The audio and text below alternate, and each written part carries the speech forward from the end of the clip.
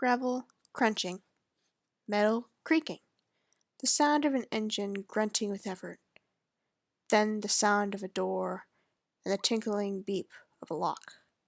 It called my attention. From the general lazing about, my heart jumped into the bones in my rib cage, eagerly trying to peek past my skin. In contrast to my heart, my brain, who remembers disappointment, moves my body up slowly. The curtains obscure my view just enough that I have to push them out of the way to see through my window. Across the street, the sun bounces off blue paint. Shadows turn from blue to black. The rear lights aren't on, but they blaze like two giant rubies. Dust mutes the polished chrome into a grumpy gray the rain clouds would agree with. Most of all, the car. It was across the street. My heart gave up, disappointed yet again, and my brain, ever the stupid organ, tried to comfort it with hopes that it wasn't what it looked like. The neighbor then climbed out of the car, took out the groceries from the trunk. It wasn't him. I growled in disappointment, set the curtains back into their original position. I settled back into my bed and grumped to myself yet again. Somehow it always was like this. I am never able to catch him when he comes home. Only the neighbors. I always get my hopes up with that stupid blue car parks itself across the street. Somehow, when it came to the cars, I could never tell which one was farther away. Starting to think that maybe the universe thinks it's funny. Stupid little birds outside are actually just laughing at me. I see the neighbors outside my window. The curtains are only to mitigate the morning light, only slightly. Their children hop out of the car and run around the back of it, screaming about something or other. Their skinny mother scolds them, or encourages them to keep kicking each other's heels. I don't know. Their voices are too far away. I never know what they're saying. One of the universe is being tricked. Running with them looked like fun. I had to admit, maybe I could just go outside this once and... No! I need to be here, right here, for when Dad gets home. He'll be worried if I don't greet him as usual when the car comes driving up the gravel in front of our house. Another day, another blue car. I sighed to myself on my bed. The children get out as usual and go running around the street. So far, I have resisted going outside and starting a game of ball with them or to play tag. I bet my dad is proud of me that I have become so mature I don't run across the street. Our driveway is still empty right now, empty as it always seems to be. Really isn't fair. The neighbor's driveway is always full with that blue car and their kids. I noticed the children tend not to stay out for long. I have missed many opportunities to say hi because the house they live in eats them. I have no idea what they get up to in there. Maybe forever playing without me, or on their television or phones. I only think about them when I'm really bored, though. I bet by all their food their mother makes them lug out of the car, they mostly eat. I'm a little jealous, but maybe Dad will come back with lunch. A turkey sandwich with white bread, mayo, and cheese. I love those sandwiches. Or maybe he'll bring me back a new toy to cure my boredom with him gone all the time.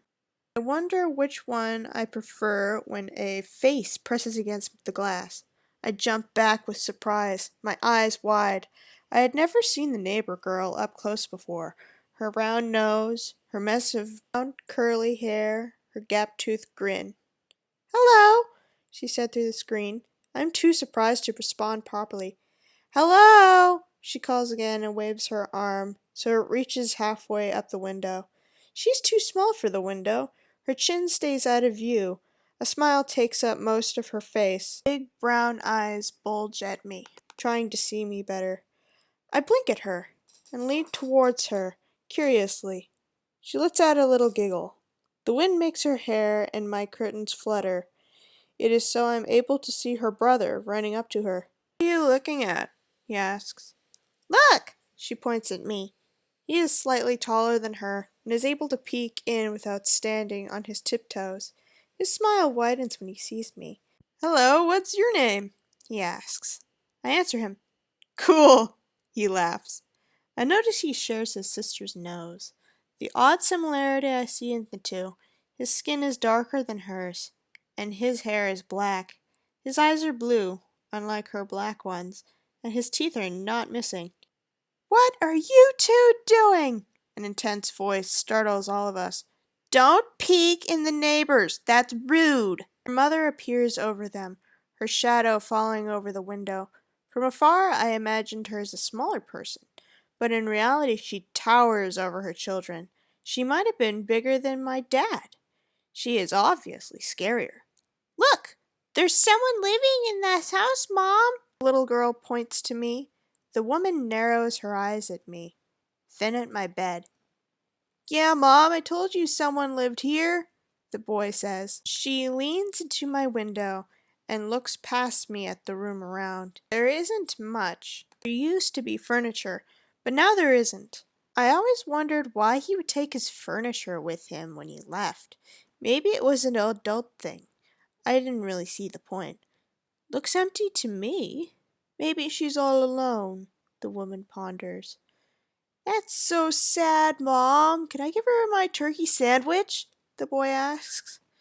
No, you shouldn't waste food like that, the mother scolds. But I hate mayonnaise, the boy whines. Fine, but she might not like it, the mother informs. Of course I would like it. Please, I'm hungry, I beg. There is a small space in the window. Dad always was annoyed that it never entirely closed. He would include it in his tirade about how much he hated this house.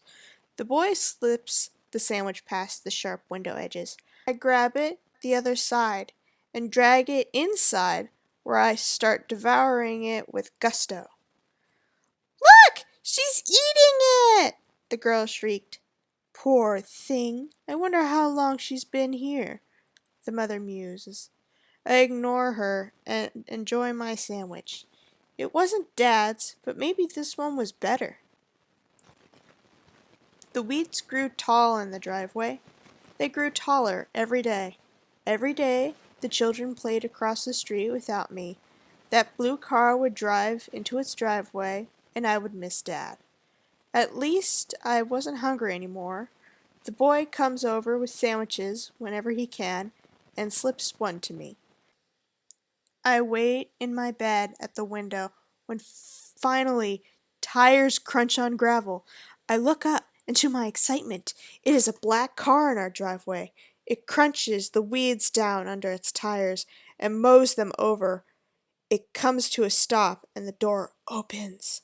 I jump up and slip past the curtains. I shout loud enough for him to hear me past the glass. I make sounds of glee. Except Dad didn't climb out. Instead, a lady in a fancy shirt comes out, and behind her a bunch of people. So, this is the property. Been on this market for about a month. Here is the front yard. The driveway is gravel, as you can see. It needs to be weeded, but nothing a good bottle of Raid couldn't handle, she announces. Her smile is wide and fake. I stopped and stared at her. What was she doing in the driveway? She wasn't Dad. She shouldn't drive up there.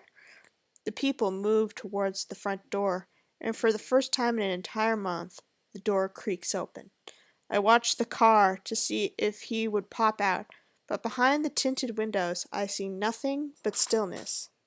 The people inside were dead or not coming out. I know those people. They never move. They always confuse me. I shout again and jump off my bed. I run into the hallway and nearly get stepped on by the big man. I run and hide in the bathroom before the girl with the sharp heels can come down on my foot. Breathing heavy, my heart breaking, I watch them from behind the door. And here is the living room, about 200 square feet of room, some nice carpet, and an electric fireplace.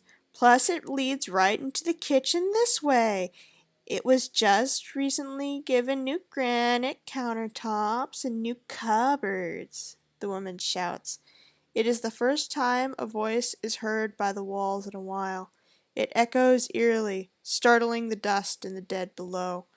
I follow them silently, slipping behind the doors and corners. I glare at the woman. I glare at the strangers in my house. I am mad, but I don't know what to do. Why did this happen? Where was Dad? Why is he letting this happen? Then the thoughts I had pushed down away for a long time came rolling in. How it is weird that he took all the furniture with him. How his car hadn't pulled up in the driveway for a month. How he looked at me from the window of his car just like how I looked at him from mine. He left me there. He wasn't coming back, and these people knew it. And here's another small room. It could be a bedroom or an office. Oh, it's a little musty in here, announced the woman. Let's open the window. I couldn't believe it. I didn't want to believe it. I had been abandoned. The new people were going to move into this house, and I would never see Dad again. I sit down and stare at my feet. My eyes sting, and I blink over and over as my vision clouds. I wonder what I have done wrong. If I was a bad girl at some point, maybe I didn't mind my manners at the table. Maybe I had broken something bad. I mean, why would he leave me if I was a good girl? I peek around the corner again, breathing heavy. The woman flings the window open with a startling bang. The curtains open like pigeons' wings, and sun streams in, unobstructed by glass. Just pure sunlight and fresh air. Beyond it is outside. Beyond it is the blue car and the family that comes out of it. There is nothing left for me in this house. No more sandwiches, no more Dad, no more car in the driveway. This place is no longer my home. It is empty and will be filled with these people instead. Dad won't come back. But my world isn't over yet. There are still some turkey sandwiches out there. I run as fast as I can, jump onto the shelf under the window, and jump outside. There are gasps and yelps of surprise as I fly past the people. My feet hit the ground where dirt and bugs and wood chips crackle and protest. I run, kicking them up behind me. Dirt switches into really tall grass and then to gravel. It is sharp under my feet. The car is much bigger than I expected. The wheels are bigger than me. I run past it, across the street, then up another gravel driveway to the blue car I had seen so many times before. Hey, are you there? I shout and circle the wheels. The car doesn't respond to my voice. The people inside are obviously the ones that never move. The car moved no more than a piece of furniture. I turn towards the house, the tall door. There are lights on inside, and I can hear voices of the children I knew. I run up to it, jump over the steps, and come to the door. I hit it as hard as I can and shout, Hey! Hello! Do you have any turkey sandwiches? I'm hungry! For a while, nothing happens. No one comes. It is like I'm talking to a wall. I'm about to give up hope and wander away. The wall becomes a door and opens. It is the young boy. His blue eyes are big and bright, and he blinks at me in surprise. Hello, I said to him. What is it? The mother calls to him. Her voice echoes from far away in the house. It doesn't feel empty like my house. It's the kitten from next door, the boy calls.